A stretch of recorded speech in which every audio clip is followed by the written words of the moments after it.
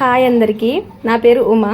అందరూ ఎలా ఉన్నారు? నేనైతే చాలా బాగున్నాను. మీరు కూడా బాగుండాలని మనస్ఫూర్తిగా కోరుకుంటున్నాను. నేనైతే మార్నింగే లేచి ఫ్రెష్ అయిపోయి నా పనులన్నీ చూసుకొని పిల్లల్ని ఇంటి దగ్గర అప్పచెప్పేసి నేనైతే చిన్న గోధురాయి ఫంక్షన్కి అయితే వచ్చేసానండి. నాకు ఇలాంటి పెళ్ళిళ్ళు ఫంక్షన్స్ అంటే చాలా ఇష్టం అండి. నేనైతే చాలా చాలా ఎంజాయ్ చేస్తాను. ఎందుకంటే ఇలాంటప్పుడే కదా చుట్టాలు ఫ్రెండ్స్ అందరూ ఒకే చోట ఉండి సరదాగా మాట్లాడుకుంటారు. నేనైతే ఇదంతా అయిపోయిన తర్వాత లాస్ట్లో కొన్ని పిక్స్ అండ్ వీడియోస్ కూడా తీసేసుకున్నాను. నేనైతే అక్కడ చూడండి వీడియో అలా తీ అని చెప్పి ఏదో పెద్ద నాకేదో వచ్చేసినట్టు నేను చెప్పేస్తున్నాను. ఇదంతా అయిపోయాక లాస్ట్లో తాంబూలం తీసేసుకొని ఇంటికైతే వచ్చేసాను. పిల్లలు ఇంటి దగ్గర ఉన్నారు కదా, వంట అయితే చేయాలి కదా. వచ్చి రాగానే పిల్లలకైతే ఫ్రూట్స్ అన్ని కట్ చేసి ఇచ్చాను. వాళ్ళైతే తింటూ టీవీ చూస్తూ టైంపాస్ చేస్తున్నారు. నేనైతే అక్కడ ఫంక్షన్లో జరిగిన ముచ్చట్లన్నీ మా ఆయనతో చెప్పుకుంటూ వంట అయితే చేయడానికి రెడీ అవుతున్నాను. ఫస్ట్ అయితే రైస్ అయితే కడిగేసి పెట్టేశాను. ఈరోజైతే కర్రీ ఏం చేయాలా అని అనుకుంటుంటే ఫ్రిడ్జ్లో కొన్ని ఫిష్ అయితే ఉన్నాయి. అవి తీసి ఫిష్ పులుసు పెడదామని చెప్పి అక్కడ ఆనియన్స్, పచ్చిమిర్చి, టమాటో కట్ చేస్తున్నాను. నేనైతే చేపల కూర అయితే చాలా బాగా చేస్తానండి. అందరూ వండే స్టైల్లో కాకుండా కొంచెం డిఫరెంట్గా చేస్తాను. మరి ఇది ఎవరికి అంటే ఎక్కువ మందికి తెలుసా లేదా అనేది అయితే నాకు కరెక్ట్గా తెలీదు. నేను చేసే విధానం మీకు తెలుసుంటే మాత్రం కామెంట్ సెక్షన్లో కామెంట్ చేయండి. అలాగే నేను ఎలాగ చేపల పులుసు పెడతాను అనేది షార్ట్ వీడియో కూడా అప్లోడ్ చేశాను. ఒకసారి ఇలా వీడియో చూసేయండి.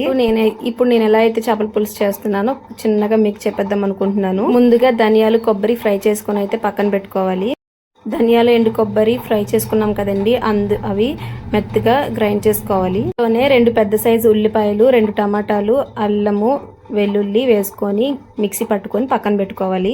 ఇప్పుడు ఒక కడాయి తీసుకొని అందులో చేప ముక్కలు, ముందుగా గ్రైండ్ చేసి పెట్టుకున్న మసాలా ముద్ద, పసుపు, ఉప్పు, కారం, ఆయిల్, ఎనీ గరం మసాలా వేసుకొని కలిపేసుకోవాలి. స్టవ్ అయితే వెలిగించకూడదు.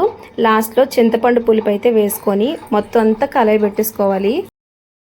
ఒకసారి టేస్ట్ చూసుకొని ఉప్పు, కారం అడ్జస్ట్ చేసుకొని ఇప్పుడు స్టవ్ అయితే వెలిగించుకొని 15 నిమిషాలు ఉడకబెట్టుకుంటే చేపల పులుసు రెడీ అయిపోతుంది. సింపుల్గా, టేస్టీగా, చాలా అంటే చాలా చాలా బాగుంటుంది. ఒకసారి ట్రై చేసి టేస్ట్ ఎలా వచ్చిందనేది నాతో కామెంట్ సెక్షన్లో కామెంట్ చేయండి.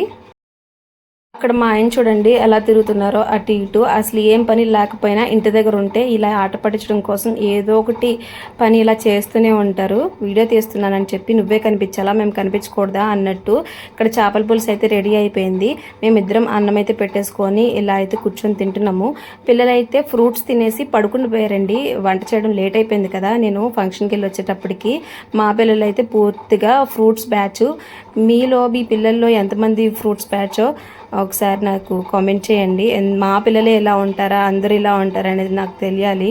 ఫ్రూట్స్ ఉంటే చాలండి, అన్నానికి పెద్ద ఇంపార్టెన్స్ ఇవ్వరు. అందుకే ఎప్పుడు ఫ్రూట్స్ పెట్టుకుంటూనే ఉంటాను ఇంట్లో నేను. కూర అయితే చాలా అంటే చాలా చాలా బాగా వచ్చిందండి. ఒకసారి ట్రై చేయండి మీరు కూడా. చేపల పులుసు అదిరిపోయింది. టేస్ట్ అయితే అన్నీ పర్ఫెక్ట్గా సరిపోయాయి. భోజనం అయితే తినేసి కాసేపు రెస్ట్ తీసుకొని సామాన్లు ఉంటే అవన్నీ కడిగేసుకొని రెడీ అయితే అయిపోయి మేము కొంచెం బయటకు వెళ్ళామండి. ఎందుకంటే లాస్ట్ షార్ట్ వీడియోలో మీకు చెప్పాను కదా మా పాపకు కొంచెం హెల్త్ బాగాలేదని. ఆ మెడిసిన్ అయితే అయిపోయింది. మెడిసిన్ తీసుకోవడం కోసమని మా ఊర్లో ఉన్న గవర్నమెంట్ హాస్పిటల్కి అయితే వెళ్ళాము. హాస్పిటల్ అయితే అస్సలు ఖాళీ లేదండి. ఎందుకంటే ఈరోజు మా ఊర్లో కుక్క ఒక 20 మెంబర్స్నో 15 మెంబర్స్నో కరిచిందంట. చాలామంది పేషెంట్లు అయితే ఉన్నారు. జ్వరం పేషెంట్లు, ఇలా కుక్క కరిచిన పేషెంట్లు కూడా ఉన్నారు. ఎక్కడ చూసినా ఇదే టాపిక్ నడుస్తుంది ఊర్లో అయితే మాత్రం. ఇలా హాస్పిటల్ లోపలికి వెళ్ళామో లేదో అక్కడైతే బయట ఉన్న వాళ్ళే చెప్తున్నారు ఇలాగా కుక్క కరిచింది అని చెప్పి, పిల్లలు జాగ్రత్తగా అని చెప్పి. మీ పిల్లలు కూడా జాగ్రత్త అండి. కుక్కలు చూడడానికి క్యూట్గానే ఉంటాయి, కాదని చెప్పలేదు.